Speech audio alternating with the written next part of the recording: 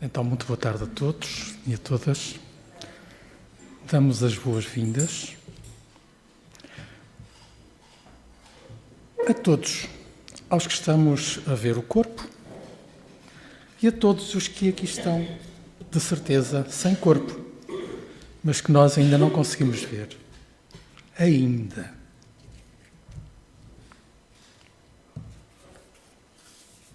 Voltamos aos ensinamentos de Jesus em casa de Simão Pedro. Ensinamentos que nos são trazidos pelo Espírito Ney Lúcio, através da psicografia de Franciscano de Xavier, no livro Jesus no Lar. Hoje vamos ler e estudar o capítulo número 34, 34, e que se chama A Serva Escandalizada.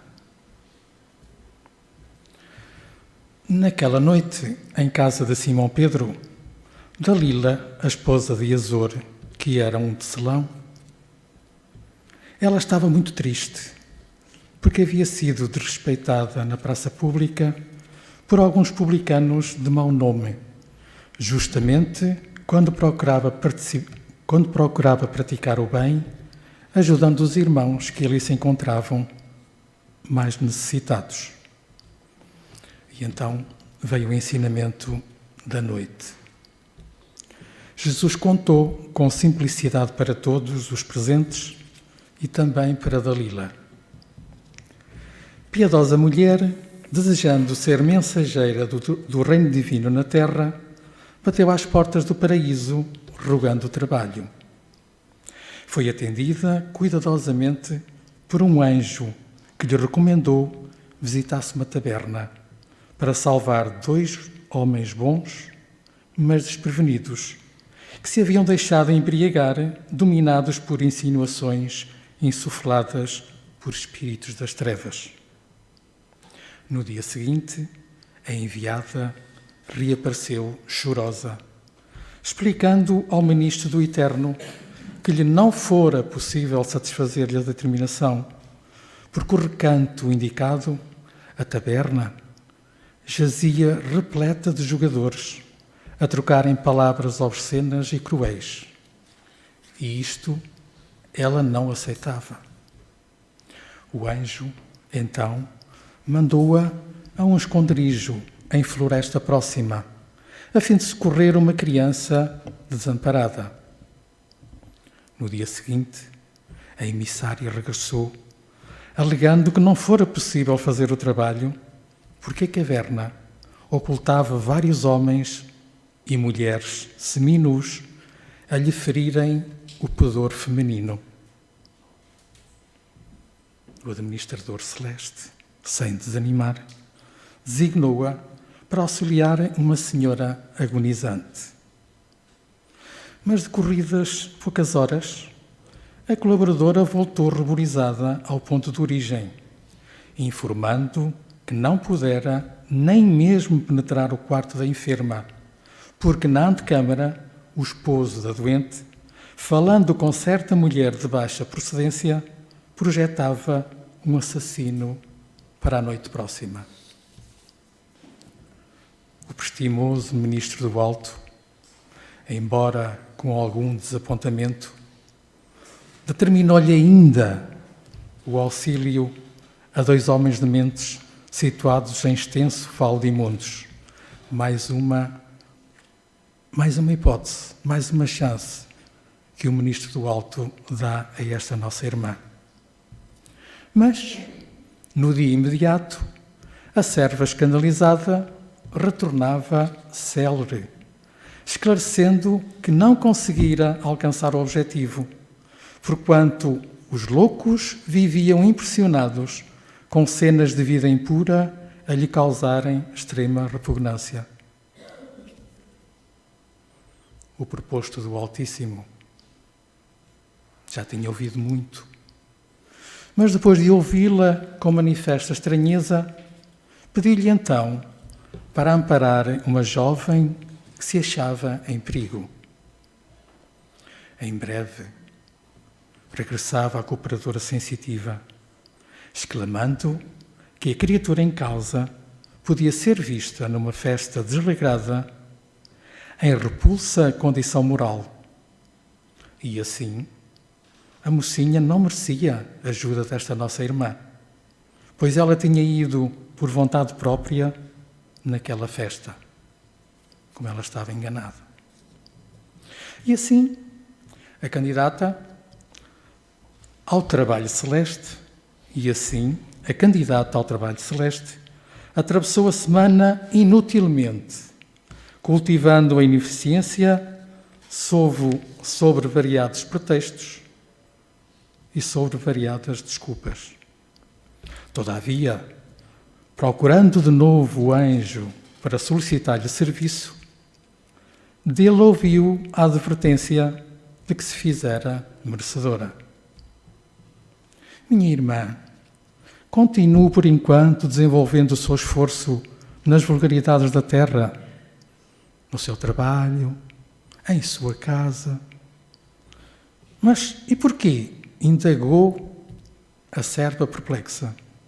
Não mereço abeirar-me de vida mais alta?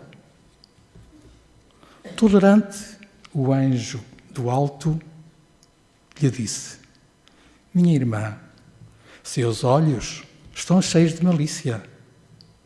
E para servir ao Senhor, o servo do bem corrige o escândalo com amor e silêncio, sem se melindrar. O servo do bem não foge ao escândalo. O servo do bem corrige o escândalo com amor e silêncio, sem se melindrar. Calou-se o mestre por minutos longos, concluindo depois com afetação: quem se demora na concentração do mal, quem se demora na contemplação do mal, não está em condições de fazer o bem. Estas palavras do mestre. Quem se demora na contemplação do mal, não está em condições de fazer o bem. Todos os que ali se encontravam se entreolharam, espantadiços. E a oração final do culto doméstico foi pronunciada, enquanto lá fora a lua, muito alva, desfazendo a treva noturna, simbolizava radioso convite do céu ao sublime combate pela vitória da luz. Naquele parágrafozinho, quem se demora na contemplação do mal não está em condições de fazer o bem. Jesus sintetiza estas 5 oportunidades que foram oferecidas a esta nossa irmã. Um comentáriozinho que nós fizemos e que vamos participar e que vamos trocar convosco. Como vimos, o Pai dá-nos muitas oportunidades ao longo das nossas várias existências, ao longo da nossa vida. Nós sempre somos convidados ao trabalho. Só que muitas vezes não entendemos o convite, não ouvimos com ouvidos de ouvir. Ainda não estamos despertos. E o Mestre, no caso desta nossa irmã, nos exemplifica. Ela foi convidada ao trabalho 5 vezes e não aproveitou nenhuma. E porquê? Precisamente pelo que se disse atrás, e também muita falta de amor no coração, muita falta de caridade, falta de entrega para com o nosso irmão, para com o nosso próximo. Os seus olhos também ainda não enxergavam, mas queria ser mensageira do alto. Este ensinamento de Jesus é um alerta para todos nós.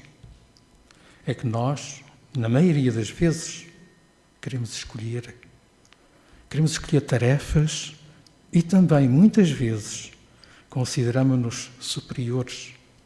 E assim, a luta entre a luz e a escuridão chega. Esta luz entre a claridade e o escuro é grande e de longa data. E todos nós temos esta luta interna dentro de nós mesmos. É aquela coisa, eu faço, não faço. Eu falo, não falo. É uma luta muitas vezes difícil que nós travamos conosco no dia a dia. E voltando à nossa irmã, que se candidatou ao trabalho como todos nós quando estamos na erraticidade, na pátria espiritual, diante do nosso próprio eu, sofrendo, ao reencarnar nós pedimos para vir passar muitas coisas. Pedimos para vir com aquele familiar difícil, com aquele corpo com dificuldades, com N dificuldades. E quando aqui chegamos, face ao véu do esquecimento, nós esquecemos o que ontem tínhamos perdido no mundo espiritual. Com esta companheira foi a mesma coisa. Se candidatou a emissária do alto, a ir ao trabalho. Foram-lhe dadas as oportunidades que vimos, mas nenhuma estava ao seu agrado. Nenhuma nunca podia, nunca encontrava uma situação favorável. Ela olhou à troca de palavras obscenas e cruéis na taverna. Ela olhou aos homens e mulheres seminus a lhe ferirem o pudor feminino na caverna. Ela olhou à conversa do marido com certa mulher de baixa procedência a projetar um assassínio sem sequer penetrar o quarto da enferma. Ela olhou a cenas de vida impura a lhe causarem repugnância no extenso vale de imundos. E olhou à festa desregrada e à repulsiva condição moral da jovem que se encontrava em perigo. Esqueceu o que tinha pedido e nada fez.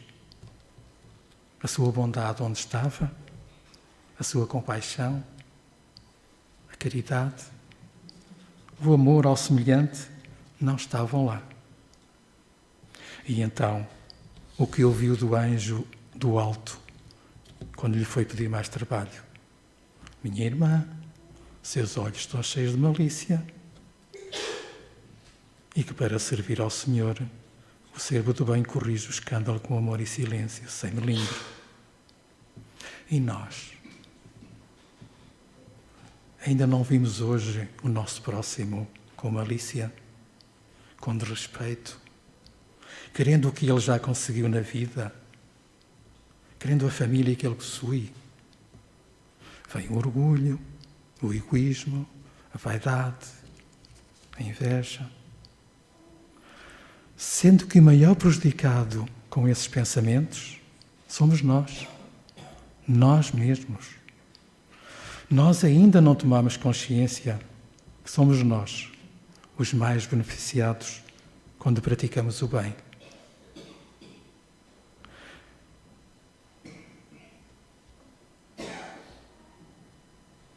Fazermos o bem ao nosso irmão é bom, muito bom, mas é muito, muito melhor para nós. Já sabemos que é dando que se recebe, é amando que se é amado. E já que ouvimos dizer muitas vezes que esses dons do bem nunca se perdem e que esses dons do amor funcionam. Dizem-nos os Espíritos que, como já dissemos lá atrás, quando pedimos para voltar, para reencarnar, pedimos muitas coisas. Pedimos coisas difíceis. Pedimos provas difíceis que queremos ultrapassar para assim podermos evoluir mais depressa. E é aqui que entra a bondade do Pai. Se já aconteceu a nossa modificação interior, se a bondade já chegou ao nosso coração, a prática do bem suaviza ou pode anular mesmo essas dificuldades, esses sofrimentos, tudo dependendo do grau da nossa bondade. Tudo dependendo de nós, do nosso trabalho, do nosso amor, da nossa doação ao irmão ou à irmã que está ao nosso lado.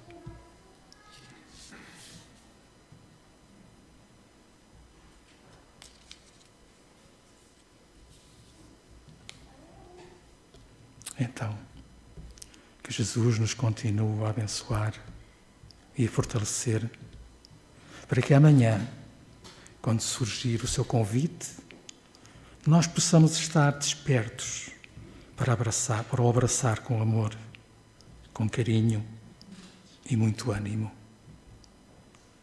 Que a sua paz esteja entre nós. Obrigado por me terem ouvido.